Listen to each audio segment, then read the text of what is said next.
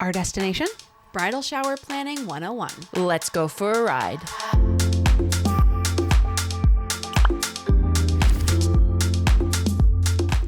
Welcome to Girls Trip. Today we are taking it back to the basics. Talking about things that you should think through to make sure that you have a successful bridal shower experience. And I think that conversation has to start with money. Yep. Right? Go It's right like to it. everything hinges on your budget for a bridal shower. And I've been in enough weddings now where I can say that if you don't either know what your budget is or if you don't clearly communicate that to the people involved, you're going to hit some bumps. Yeah. You're going to hit some bumps. And people find that a very awkward conversation to have, which I get, because my inclination is to be like, I'll just get 4 more jobs and pay for everything rather than asking anyone to put money out for things. Yeah. Because I hate feeling like I'm putting a burden on people. And I know a lot of brides stress about that too. They don't want their bridal party to feel burdened or, whatnot. So I think it's a conversation worth having, and maybe even like role playing with someone else who's like not directly involved in the situation to see like, are you being clear? Is there anything that you're forgetting to include? But I think let's just take a minute to kind of talk about those experiences. I've been in every type of wedding, I think, at this point, where like one where mother of the bride is sort of taking the lead and in finances and in planning. Yeah. One where mother of the bride is paying, but bridal party is planning. One where the bridal party is responsible for, the whole shebang from start to finish. So it can look a lot of different ways. Yeah. And I think first thing to consider is like the age Yes. of your bridal party, right? Like when I got married, everyone was super young. Yeah. So they're like first jobs, barely used like paying any of bills or anything like that. So budget is tight. You guys were a little bit more established in your lives. We had different experiences. I had a different experience for my own bridal shower. I mean, everyone went above and beyond. It was beautiful. It was incredible. It was super. Thomas and I both were super blessed by it. On the other end of the spectrum, I was recently in a bridal party where the bride was younger than me and all of the other bridesmaids were younger than her even. So that was a weird too, where it's like, they're super young. It's just different. It's a different vibe. And that was a situation where we did have a very low budget. And that's just what it was. And we had to work with it. So thankfully, I mean, listen, it's not for everybody, I guess, but if you are just a little bit, if you tap into the creativity a little bit, I think you kind of need to, if you're low on budget, like you need you need to like get some creative ideas from people, go online, do your research. But for this bridal shower particularly, we were on her porch with a really long table. And that was it. That's what we did. Like we had a very few catering items, but a lot of people brought really delicious like dishes and stuff. And we just did a beautiful long table. And we had these like DIY centerpieces, DIY everything. But then at the same time, there was something about that was really sweet. That was really beautiful. And this may go into this conversation too, but like obviously not every woman that was invited to the wedding was going to the bridal shower. It was just different. It was a much smaller, more intimate setting because they couldn't afford that much more. So there's so many things that could come up that could be awkward but don't overpay. One, don't go into debt over a bridal shower, right?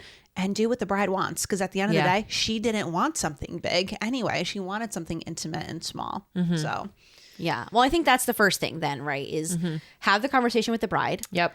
Communication. What are your expectations? Because typically the bride's not involved in the actual planning of it.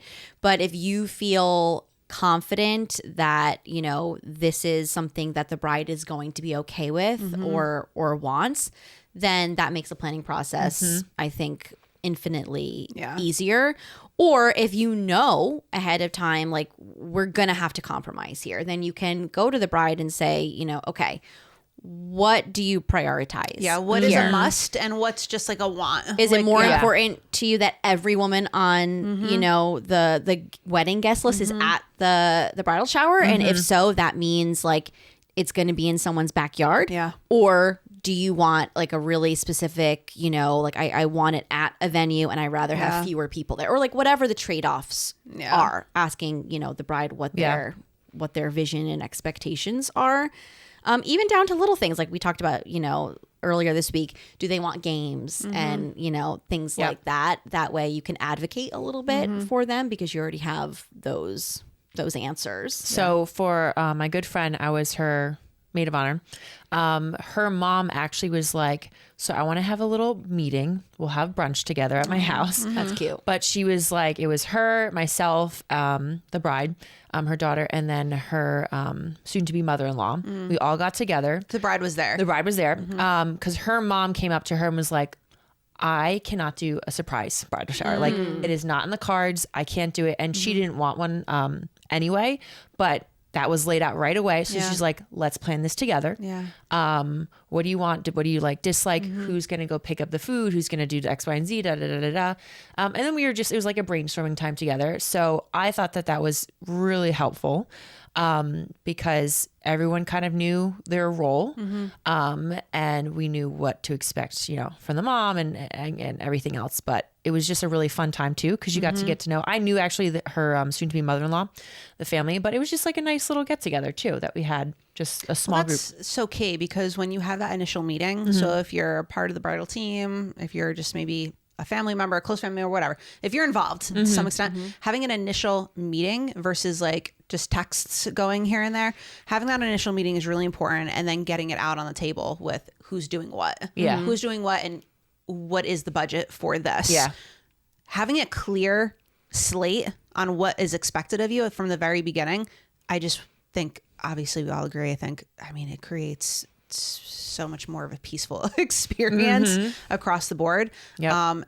As opposed to being halfway through and now the event is a month away and nobody is clear on what's going on. So it could be awkward if you don't know, if you don't have a relationship with people in the bridal party, if you're the odd one out, like you were the college friends or whatever, you could, but really it's on, I think, either the mom, well, what's your opinion on this? Either the mom or the maid of honor to like take some brides will just take the lead, but the maid of honor, the bride, like whose job is it to like take the lead? I think it's unusual for the bride to be involved in the planning. Obviously it happens, but I think it's unusual. So I think it ultimately depends on who's footing the bill. I think sometimes it might fall on the maid of honor either way, because if it's the mom footing the bill, you know, the maid of honor needs to talk to her and get information to say like, okay, well, what does that mean to you? Like, are you just covering the venue and we're covering everything else? Are you covering soup to nuts?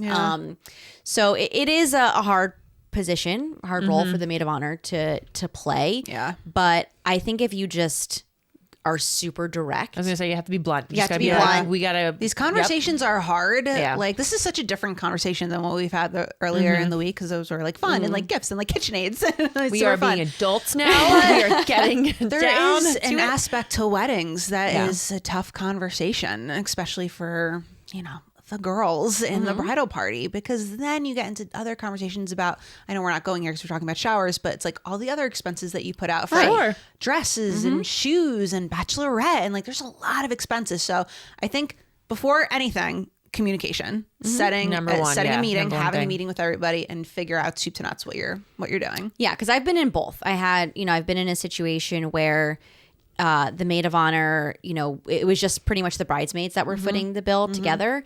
And because of everyone's life situations, we didn't have really the opportunity to meet in person. It was like a very compressed timeline. Not everyone was in New Jersey.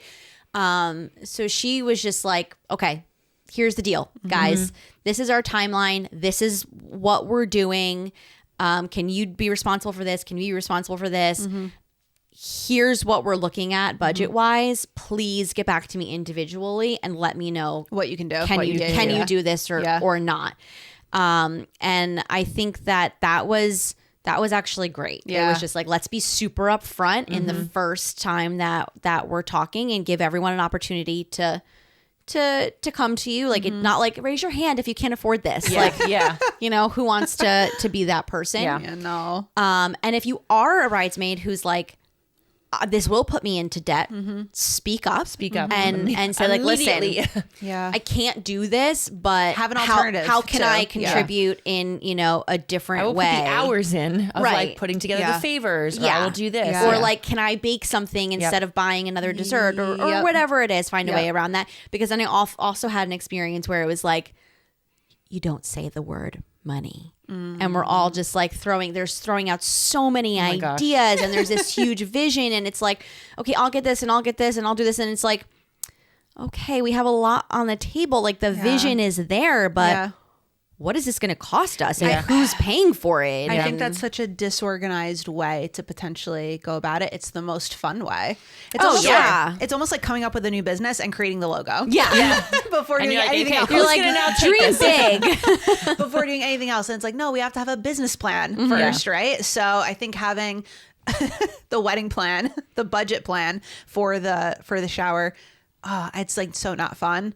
But that's like the foundation of where everything could be built on, because then it's worse if you have all these crazy ideas. You look at the Pinterest board and you're like, oh my God, all these ideas, we're going to go nuts. And then you have no money to pull it off. Then that's a letdown versus saying, this is the budget, this is what's possible, and then creating ideas off of that. So I think you have to start there and work your way backwards. And I think once you know how many people are going to be invited and what time of year, I think those two plus budget, those are like the top three, because that's gonna, and then you can talk about the fun stuff. But you kind of have to know those basics. You have to say, like, okay, if we have 60 people that we're inviting, we probably can't have that in someone's house. Like, they're not going to fit there, which means a majority of the budget has to go towards having this in some sort of venue, or the food, or, whatever it may be. And if it's warm weather, okay, maybe we can have it outside. But if it's in the middle of winter, that's going to limit, again, what we can do. So I think having those like top three things, it's like, once you have those settled, like, we know we have to have it indoors. We know it has to fit this many people. Now what themes do we want to talk about? Like, what's the fun stuff? What's left over? And not everyone does it that way, because it's not the fun stuff. I feel like I don't know, this is the people who may be listening to this from Ohio may not be getting what we're even talking about. Right. I mean, right now might be so bridal different. showers in New Jersey have basically become mini weddings. Mini weddings. And that's another, it's a lot of pressure. That's another conversation, but you just may totally reject that completely and say, that's not what I want to do. And I think that especially with prices of normal things, forget having a wedding on top of it, but just finding an apartment, finding a restaurant that isn't going to charge you like all these other expenses that add up. Like, you may just be the bride that's like, I want something very small, very intimate, with the people that I love, and that's it. Don't do anything else. Yeah. I don't want a venue. I want to be in my own house, like on my couch, like opening some if that's you, you should feel okay to do that. 100%. And this pressure that we have on this East Coast area is crazy to do it bigger and better than everybody else. And I think that's just very, it's not a good place to start off. On your marriage journey, maybe of needing to learn how to save and budget and think about what's important. And all you're thinking about is doing it bigger and better than other people. That's which we're going to talk about types of showers tomorrow. Which the bigger and better is great if it's possible. Sometimes it's not possible. And that's okay. If it's possible. But I think it's knowing what that is and knowing what trade-offs you're okay with. And just being really communicative about those things to your family, to your bridal party. Whatever it may be. That way it's not such a guessing game and it doesn't put so much stress on people, and it allows your bridal party to budget up front, to say, I know I have to put this much out for hair and makeup and a dress, and I know I have to put out this much money to be involved in the bridal shower and the bachelorette, and sort of being able to budget out for the long haul, which I feel like almost never happens. You're kind of finding that out piecemeal. Yeah. It's like, oh, we're in the dress shop and the bride loves this dress. Okay, Yep. I guess this is what Yep. I'm putting out, Yep. and I'm finding out the information about this. I guess this is what I'm doing. And then you look back and you're like, oh my God, I spent $1,500. Yeah. Like, Yeah. you know, and which can hurt. Yeah. Yeah. Can definitely hurt. I say don't get sucked into the what it's become, like the wedding culture of what it's become specifically for showers. If you're a bridesmaid who has a budget, if you can't go beyond a certain point, tell the maid of honor, tell the mom at the very beginning. Yeah. At the very, very beginning. And then everything else the expectations will be less on you. Yep. How are our experiences with moms in the past, do you think? Maybe not our moms specifically, but the weddings. Mom, you're amazing. You're doing great. Ditto. But other moms Exactly, yes. from other brides, like, do you feel like there was such a wide spectrum, or do you feel like, oh yeah, you've had all these Such a different wide experiences? spectrum. Yeah. I feel like I've had all the types of Is moms. has it shifted from, I feel like we kind of asked this already, but I want to phrase it a different way. Like, are moms expected to take the lead on the bridal shower right now, or has that shifted? I feel like it has shifted primarily because women are getting married older. That's a great point. okay. That's a great point. So like So when you're 22, your mom is planning your shower, but when you're 32, maybe your friends are She's just more like they're planning helping it. if she needs to, but she doesn't want to almost take that over because you're like, Even you've if they're established still yourself. footing the bill, I feel like it's become more of an emphasis on the bridal party. No, that's a great point. That's a great point. Yeah. So, it And you depends. feel like there's been a spectrum of mom's involvement, like from being super involved to not being involved at all? Yes. What's easier? I think it depends on their personality. Like it's Yeah. different from person to person. I think that, you know, if you're bringing a stressed out, frenetic energy to the table, that's not going to go well. that makes it harder because Yeah. then it's like, well, I have to manage this person's stress while also doing all the other Managing the planning. responsibilities. What was that word? Frenetic? Frenetic. Like frantic? Frenetic? Is that what They're not related words, but it's, you know, kind of like Frenetic. frenetic. Love it. I guess you could think of it as frantic energy. Frenetic. Yeah. Yeah. Ooh.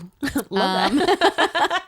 Don't be it. Don't be it. But it's a good word. Yeah. But I've also, in being the maid of honor, have learned that if a mom is seemingly like not taking the lead, that doesn't necessarily mean they don't want to be involved, but they're just trying to be very self-aware of not overstepping, Yeah, taking over. not Sure, being sure, sure. overbearing. Sure. And so sometimes I've gotten the vibes of like, oh, this is so weird. They don't want to be involved until I started talking. And Yeah. they're like, well, I just don't want to. You know, I was like, no, like this is your daughter. yeah, like yeah. We want you your input. be involved. And so sometimes you do have to take that and like read the room, take the initiative. And, you know, if you know that they have a good relationship with their daughter, they should be involved. They should be a special Totally. person in the process. I feel like, oh gosh, like thinking about Lauren in like 50 years when it's Avery's turn to be She's like, let me go through my long list of what I've I learned. sure hope it's less than 50 years. My God. I should have said that to Miles. He would have appreciated it more. Yeah. She's Yeah, like, that she's was more never, for them. she's not dating until she's 40. Yeah. But Sounds no. just like that. Yeah, just like that. I mean, oh God. How old is she going to be in 20 years? She's going to be, maybe 25. Maybe less than 20 years. Yeah. Anyway, thinking about Lauren in that role as like mother of the bride. I'm very excited. Oh my God. Like, I don't even know if anyone, what a cakewalk for that bridal party. Oh my gosh. Let's hope they feel that way. Oh, It's really not yeah. liking what this is going Oh, right yeah. now. I Cakewalk. hope that's the case. Oh, totally. I hope I can restrain myself. Did and your not- mom take the lead completely on your shower? I think that, I mean, my maid of honor has always been so complimentary and kind of talking to my mom about my mom in that stance of like, your mom was so great to work with. Like she did, you know, the hard stuff and, you know, paid for things, but she let us feel very involved and be creative with things. And so I think my mom kind of cast the overall vision Yeah. and then let each of them sort of take the lead and like put their special touch on That's things. really sweet. Yeah. My mom is definitely more reserved than most moms, and my bridal team just was full of a lot of like big idea ladies.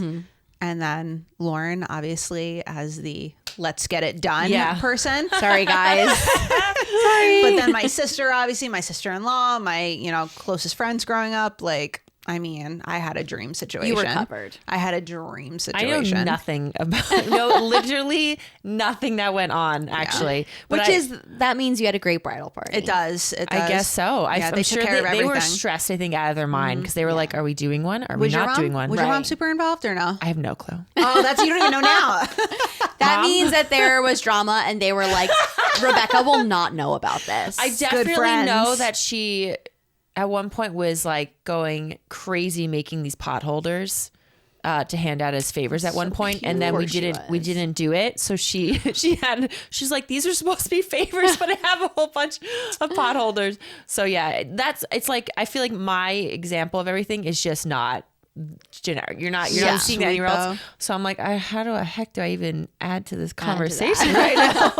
Because it was crazy. That does represent the spectrum of what weddings and bridal parties and showers all look like. So I think it was a lot of communication had to be done because you didn't know what was going to happen. So it's like, all right, you do this, you do this, you do this. I know they had jobs. Yeah. Yeah. All right. Yeah. So that's number one in planning is communicate early and clearly. Yeah. If you're the person who needs to tell people about budget, just bite the bullet and do it. Yeah. Like be really clear. Don't try to like beat around the bush and leave people super confused because talk about it. That doesn't help anybody. Be direct. And if you're the bridesmaid who is drowning in debt, be upfront and say it. Please say something. Please say something. Beyond budget, let's give our maybe some quick tips on making planning smooth or things that are often forgotten or anything like that. You actually said something, was it yesterday? Or maybe earlier in the week, which I had written down too, was we often do something like recipe cards, advice cards, date night things or whatnot. And a lot of showers that I'm at, they realize they have nowhere to put those. So they're just sort of like tossed in a bag. Yeah. So I think going the extra mile, like you said, to have something like a really beautiful box or, something that they can keep them in as a keepsake is just like that very small extra touch that, puts a bow on it. Yeah. Completes it. Yeah. Which I think is nice. Oh my gosh. We got a beautiful recipe box at my shower that has been in my kitchen. Every kitchen I've been in, that box goes with all those recipes in it. However, my husband is a very picky eater, so we haven't been able to try every recipe. But yeah, you can try them on us. Yeah, there you go. It's like also, I don't know. It's just a keepsake item. When I look at that recipe box, it reminds me that like, oh, that was from my. I'm also a very sentimental person though, so it reminds me it's from my shower. It's even regardless of what's in it. That in general is special to me. It represents all of the notes in there. The 100 notes that are probably in there, that's like so special to me. So yeah, that's a great thing to have. A little addition. Yeah. So I was surprised for my shower. You were? I was. So I was surprised. So people are always shocked by this because I'm such a nosy person. I'm very observant. I'm always asking questions and like, what do you mean you're busy on that day? So I was surprised for both my bridal and baby shower, which I'm still shocked to this day. But I was like totally like genuinely surprised, which is amazing and a miracle. But because I was surprised, I didn't know where I was going that day. Obviously wasn't dressed for my shower.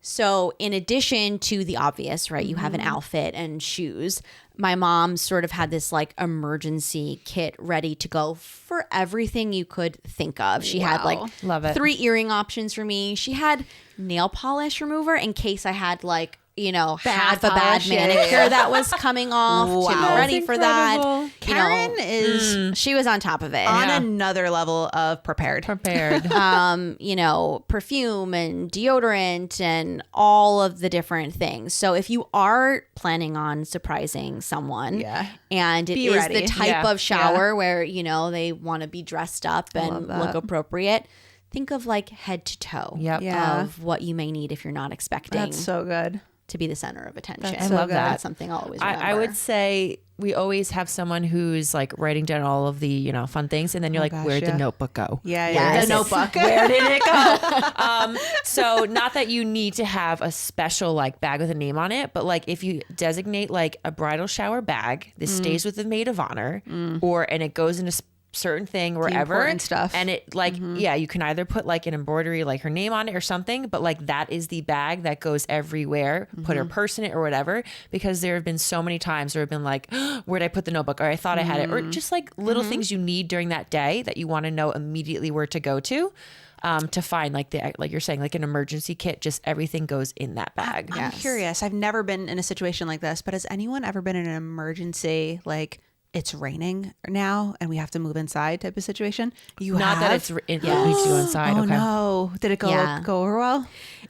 Yeah, you had to be flexible. Like we, so this is my friend's wedding. It was in Florida, so we had to fly there, and it was an outdoor ceremony, and I think partially indoor outdoor reception, and just as like literally 10 seconds after the ceremony ended, the skies opened up and everyone was running inside. My gosh. So everything had to be changed about like where we were taking photos and how we were making that work. Wow. And so you just had to be super flexible and adaptable. And as the bridal party, we like took whatever pictures we could indoors, but then as soon as it stopped raining, it was like everyone run go outside. outside. And so you have to keep track of where everyone is, because typically like you hit a point where it's like, okay, the bridal party is released, like you can go, but it was like, nope, we got to keep track of everybody in case we have an opening here. So good.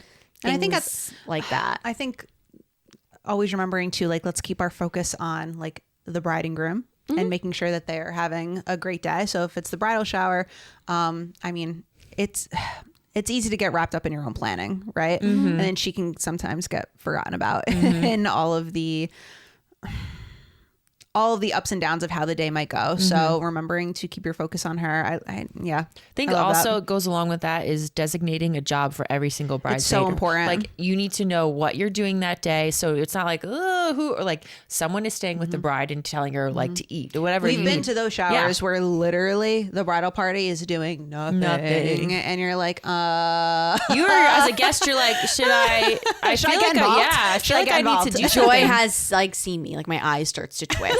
And they're like, I think I need to step in. I think I need to do something. Yeah, you are. It's painful. If you're on a team, you're not just there to wear a pretty dress and be in makeup. Like we can say that. We've all been in this position before. Like it's a job. Yeah. It's a job. If you're saying yes, you're honored to be a part of that job. Yeah, So. you are not there to also wave and be like part of the this show. is not You your are- wedding. Yeah, You're there to you are serve behind the scenes the helping bride. out. Serve the Exactly. bride. That is what your role is. That's what your job is. Yeah. I think my biggest planning advice, especially if you're the maid of honor, is to go the extra mile and think things all the way through, not just to the end of the shower, but all the way through into like the next month for the bride. So little things like that list that you talked about, that very important gift list. Typically, if I'm the maid of honor, I will take a picture of that list on my phone. Make sure you have it In case that list gets lost. And then I'll go home and type it up so that's in a spreadsheet for her, so that she doesn't have to worry about keeping track of paper. She can like check things off. And I'll also, at the same time I'm having invitations done, I'm printing up thank you cards so that she immediately has those, It's so necessary. ready to go. Yeah. So little thoughtful things like that to just make the bride's life easier after the chaos of the shower. Even things like, if you're borrowing things for the shower, for centerpieces, tables and chairs, Label even whatever, maker. label them. Label them. Because in the chaos of You will go cleanup, crazy. everything's going to get misplaced. You Yep. don't know what belongs to who and how to get it back to them. So yeah, just thinking through, because so much emphasis is on, the activities and getting the bride there, and then we're just like, okay, like our job is done. Right. Not to say that that's not already enough work. Like, yeah, it's a ton of work to get to there, but there are a couple of those small touches that I think can really be impactful after all of the hoopla agreed. of the day 100%. is over. So I think that those are the main Those are our things. tips. And a photographer. Oh, yes. Most people don't have a professional photographer, but It's so easy nowadays. yeah, it's so Oh, easy. man. It's Someone like with their designate, Yeah. you know, a couple people say like, okay, can you be responsible for getting pictures of all the tables? Can you be responsible of just pictures of the bride, Yep. you know, or whatever it is? Because you want to have memories of those days. 100%. Lauren, actually, from all those photos that were taken at my shower, she was able to give me a book at my bachelorette of all the photos from okay. my shower. That was amazing. Yeah. That was amazing because it goes so fast. I remember thinking at my shower, I got there and I felt like I walked in and walked out. Yeah. Like Yeah. it happened so fast. So having those photos, oh my gosh, that was such a great gift. Yeah. Such a great That's gift. amazing. Do that. Do that gift. Everyone do it. Do that. No, do that. So yeah, if you have any planning tips, things that often get overlooked, or ways to make the budget conversation a little bit easier for the next bridal party, drop them below. No. And don't forget to enjoy the view wherever your ride takes you.